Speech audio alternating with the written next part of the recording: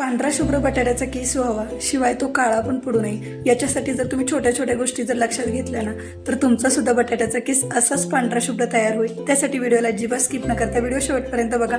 आवडला तर एक लाईक करा, चॅनलवर नवीन असेल तर सबस्क्राईब करायला विसरू नका. नमस्कार मंडळी, मी प्रियांका, तुम्हा सर्वांचं प्रियास फूडीमध्ये मनापासून स्वागत.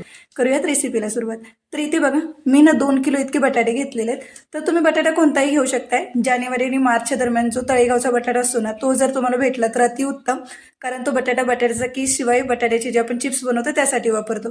तर इथे बघा, मी आकाराने असा मोठा बटाटा घेतलेला आहे. लांबीला आणि रुंदीला सुद्धा तुम्ही बटाट्याचे वेपर्स बनवा किंवा बटाट्याचं किस बनवा, त्याच्यासाठी ना असा मोठाच बटाटा घ्यायचा, जेणेकरून ना त्याचे वेपर्स पण खूप चांगले बनतात आणि किस तर अगदी असा लांब सडक पाहिजे ना तसं अगदी पडतो त्याच्यासाठी. तर हा बटाटा ना मी अगोदर अर्धा तास अगोदर पाण्यामध्ये भिजत घातला होता, जेणेकरून ना या बटाट्यावरती जी पण काही माती वगैरे असते ना ती सगळी अशी निघून जाते. त्याच्यासाठी फक्त आपल्याला बटाटा थोडा जास्त वेळ म्हणजे एक अर्धा तासभर जरी तुम्ही पाण्यात भिजत घातलात ना तरी पण चालेल. आणि नंतर मग तुम्ही फक्त ह्याला ना असं हलका हाताने मोकळं जरी त्याला तुम्ही पुसून घेतलात ना तरी पण चालेल. आता इथे मी एक ताट घेतलेलं आहे आणि इथे एका बाउलमध्ये मी पाणी घेतलेलं आहे. आता आपल्याला काय करायचं आहे, या बटाट्याच्या वरची जी साल आहे की नाही, ती साल फक्त आपल्याला इथे काढून घ्यायची आणि लगेच साल काढली की मग तो बटाटा आपल्याला या पाण्यामध्ये घालून घ्यायचा. तर हे बघा, दोन्ही बटाट्यांची साल काढून झाली की लगेच बटाटा आपल्याला पाण्यामध्ये घालायचा आहे, जेणेकरून ना बटाटा आपला काळा पडणार नाही. तर असंच ना आपण सगळ्या बटाट्यांची ना व्यवस्थित अशी साल काढून घेऊयात आणि लगोलग ना एक एक करून बटाटा लगेच पाण्यामध्ये घालून घ्यायचे.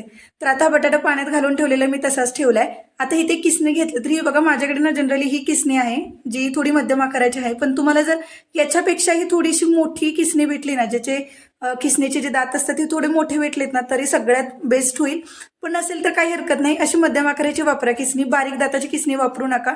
आता याच्यावरती बटाटा कसा किसायचा तर मी सांगते तुम्हाला. खाली मी एका बाउलमध्ये पाणी घेतलेलं आहे, जेणेकरून हा बटाट्याचा किस किसला की लगेच त्या पाण्यामध्ये जाईल. नाहीतर मग तुम्ही एका ताटामध्ये बटाट्याचा किस किसून घ्या आणि नंतर लगेच तो त्या पाण्यामध्ये टाका की पटकन तो काळा पडणार नाही. आता यावरती बटाट्याचा किस आपल्याला किसून घ्यायचा आहे. तर किसताना ना ह्याला वरून खाली घेऊन जायचंय, पण खालून वरती नाही आणायचं, लक्षात घ्या. जर तुम्ही तसं केलं ना तर बटाट्याचा ना तुमचे तुकडे पडतील आणि पाहिजे तसं व्यवस्थित लांब सडक त्याचा किस तयार होणार नाही. त्याच्यासाठी खालूनच त्याला वरती घेऊन जायचं. अगदी असा किस मी किसून घेतलेला आहे बघा, अजिबात सुद्धा ना त्याचे तुकडे पडत नाहीत, असा लांब असा आपला किस तयार होतो. त्याच्यासाठी ना पूर्ण व्यवस्थित वरच्या डायरेक्शनने खाली जायचं, तसंच वरून परत खाली घेऊन जायचं. असंच आपल्या सगळ्या बटाट्याचा किस व्यवस्थित असा किसून घ्यायचा. मग तुमचाही असाच व्यवस्थित असा पूर्ण लांब सडक किस निघून जाईल. तर सगळ्या बटाट्यांचा किस ना मी असाच करून घेतलेला. आणि हे बघा, बटाट्याचा किस आपण जेव्हा किसून घेतो की नाही तेव्हा ना ह्याच्यामध्ये ना खूप असं काळसट पाणी येतं, हे बघू शकताय. याला ना आपल्याला एक 3 ते 4 वेळा ना जसं मी सांगते त्या पद्धतीने तुम्ही त्याला पाण्यातून काढून घ्या. तर असं पाण्यातून व्यवस्थित फक्त ह्याला नितळून घ्यायचं, अजिबात त्याला चोळत वगैरे बसायचं नाही. असंच पाण्यातून नितळून घ्यायचं, परत दुसऱ्या बाउलमध्ये त्याला टाकायचं. असं आपल्याला ना एक 3 ते 4 वेळा करून घ्यायचं. लक्षात घ्या, जर 3 ते 4 वेळा जर तुम्ही ह्याला करून घेत असाल ना तर त्याच्यामुळे काय होतं, बटाट्याचे जे पण काळपट पाणी असतं ना, जो पण बटाट्यामध्ये स्टार्च असतो ना तो सगळा निघून जातो आणि मग बटाटा तुमचा पांढरा शुभ्र अगदी तयार होतो. अगदी त्या पद्धतीने 3 ते 4 वेळा करा, जास्त वेळ करायची गरज नाही पडणार.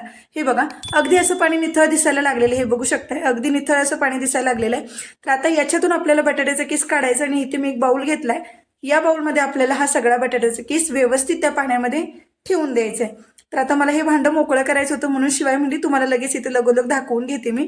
तर आता या भांड्यामध्ये आपण लगेच त्याला काढून घेऊया सगळा बटाट्याचा किस असंच निथळून.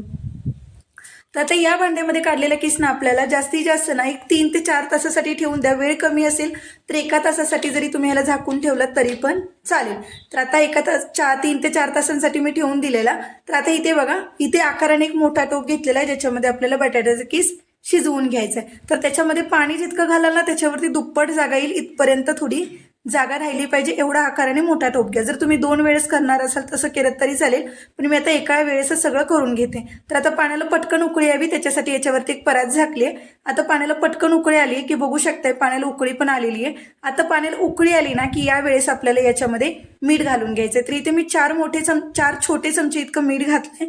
मीठ घातलं की लगेच याच्यामध्ये आपण तुरटी घालून घेऊयात. तर इथे पाव छोटा चमचा इतकी तुरटी घेतलेली, ज्याला अगदी थोडीशी अशी ठेचून घेतली होती. नाहीतर एक तुरटीचा मोठा खडा जरी तुम्ही त्यात टाकून एक 10-20 सेकंद ठेवला आणि लगेच बाहेर काढून घेतला तरी पण चालेल.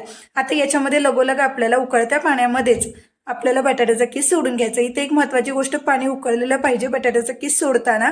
तर गॅस मी फुलच ठेवलाय आणि लगोलग व्यवस्थित असं नितळून घ्यायचा एका गाळणीने आणि मग त्याला पाण्यामध्ये सोडून द्यायचंय. तर व्यवस्थित पाणी याच्यातलं नितळून घ्या आणि हा सगळं बटाट्याचा किस व्यवस्थित असं पाण्यातून नितळून मी टोपामध्ये सोडून घेतलाय। आता याला ना आपल्याला सतत असं ढवळत राहायचंय। आता हा आपल्याला किती वेळ शिजवून घ्यायचा आहे मी तेही तुम्हाला पुढे सांगते। एक 5 ते 7 मिनिटं आपण ह्याला शिजवून घेणार आहोत, जास्त वेळ नाही। गॅसची फ्लेम फुलच ठेवा, फुल गॅसवरतीच आपल्याला ह्याला शिजवून घ्यायचंय। फक्त बटाट्याचा किस आपला 30 ते 40% शिजला पाहिजे, फक्त इतकाच। याच्यावरती जास्त शिजवू नका, नाही तर बटाट्याचा किस पूर्ण असा गीर होऊन जाईल। शिजल्यानंतर पूर्ण त्याच्यातलं पाणी सगळं त्याच्यामध्ये निघून जाईल आणि मग बटाट्याचा किस तुम्हाला व्यवस्थित असा पसरवता येणार नाही सुकल्यानंतर, आणि तो व्यवस्थित सुद्धा बनणार नाही त्याच्यासाठी। आता ह्याला सतत असं ढवळत राहायचं जोपर्यंत ना हा व्यवस्थित असा ट्रान्सपरंट होत नाही तोपर्यंत। आता हे बघू शकता बटाट्याचा किस आपला चांगला असा ट्रान्सपरंट होत आलेला आहे। आता शिजलाय कुठपर्यंत मी ते पण तुम्हाला दाखवते। आता एखादा याच्यातला दाना असा काढून बघायचा आणि अगदी ह्याचे ना मधून असे तुकडे करून बघायचे। अगदी असे 2 तुकडे 2 भागांमध्ये जर त्याचा किस तुटत असेल ना तर समजून जा की तुमचा बटाट्याचा किस अगदी परफेक्ट व्यवस्थित असा शिजलेला आहे। याच्यावरती ह्याला जास्त नाही शिजवायचं, गॅस बंद करायचा आणि ह्याला व्यवस्थित असं आपल्याला इथे नितळून घ्यायचंय। तर इथे मी खाली एक चाळण घेतले, त्याच्या खाली एक टोप ठेवलाय आणि दुसऱ्या चाळणी मी ह्याला व्यवस्थित असं गाळून घेते याच्यातलं पाणी, आणि मग हे पाणी गाळून हा बटाट्याचा किस व्यवस्थित असं नितळून घ्यायचा आणि आपल्याला ह्या चाळणीवरती काढून घ्यायचं। फक्त चाळणीवरती काढला की त्याला पसरवून घ्या, जेणेकरून हा पटकन असा थंड सुद्धा होतो आणि काही एक्स्ट्राचं जर पाणी काही राहिलं असेल ना तर त्या चाळणीतून खालच्या टोपामध्ये निघून जाईल। तर असा सगळा व्यवस्थित असा सगळा बटाट्याचा किस आपण अगदी व्यवस्थित नितळून घेऊयात। तर मी इथे जो एक्स्ट्रा होता तो थोडा एका चाळणीमध्ये काढून घेतला आणि या मोठ्या चाळणीमध्ये राहिलेला काढून घेतला। आता ह्याला थोडंसं थंड होऊ द्यात, हाताला चटके बसेपर्यंत ठेवू नका। एकदम जरा थंड झालं ना की मग आपण ह्याला पसरवून घेणार आहोत। अजून गरम आहे, हाताला चटके बसतात तोपर्यंत असंच ठेवूयात थोडं थंड करायला। आता बऱ्यापैकी थंड झालेलं आहे, मी ते एक बेडशीट घेतलं, आता ह्याच्यावरती पसरवून घेते। नाहीतर तुम्ही प्लास्टिकच्या शीटवरती जरी तुम्ही त्याला पसरवून घेतलं ना तरी पण चालेल। फक्त प्लास्टिकच्या शीटवर पसरवताना थोडंसं थंड करा, लगोलग त्याच्यावरती पसरवून घेऊ नका। आणखीन एक गोष्ट सांगते, याला पसरवताना सुद्धा ना असं एका ठिकाणी ढीग नका सोडू, असं थोडंसं वेगवेगळं पसरवत गेलात ना तर बरं पडेल, की जो ना तळताना सुद्धा मस्त असं सुटसुटीत होतो, शिवाय तो फुलतो सुद्धा खूप चांगला। आता मी याला बारीक किसणीने किसून घेतलंय म्हणून तुम्हाला हा दिसताना असा थोडासा कमी दिसत असेल किंवा एखाद्या ठिकाणी असं घट्ट गोळ्यासारखं वाटत असेल, पण जर तुम्ही जाड किसणीने किसून घेणार असाल ना तर अगदी मस्त तयार होतो तो। आणि हे बघू शकता अगदी व्यवस्थित असा बटाट्याचा किस सगळा किसून घेतलेला जो पसरवून झालाय।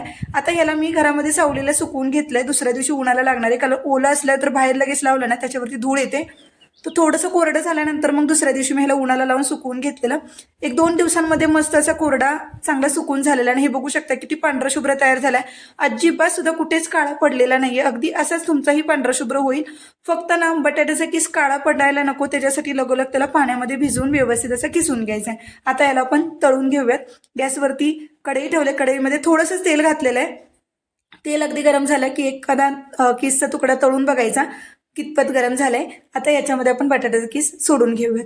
जास्त वेळ ह्याला ना याच्यामध्ये सोडून असं तळत नका बसू, नाहीतर ना मग तो जास्त पटकन लाल पडतो याच्यासाठी। कारण जर तुम्ही तळेगावचा जर बटाटा वापरत असाल ना तर सगळ्यात बेस्ट आहे, जर नाहीच भेटला ना तर मग या बटाट्याचा वापर करून तुम्ही तळू शकताय, पण याच्यामुळे थोडासा लाल पडू शकतो म्हणून सांगते की जास्त वेळ तळत नका बसू, पटकन तळला जातो, कुरकुरीत तर खूप छान होतो बरं का।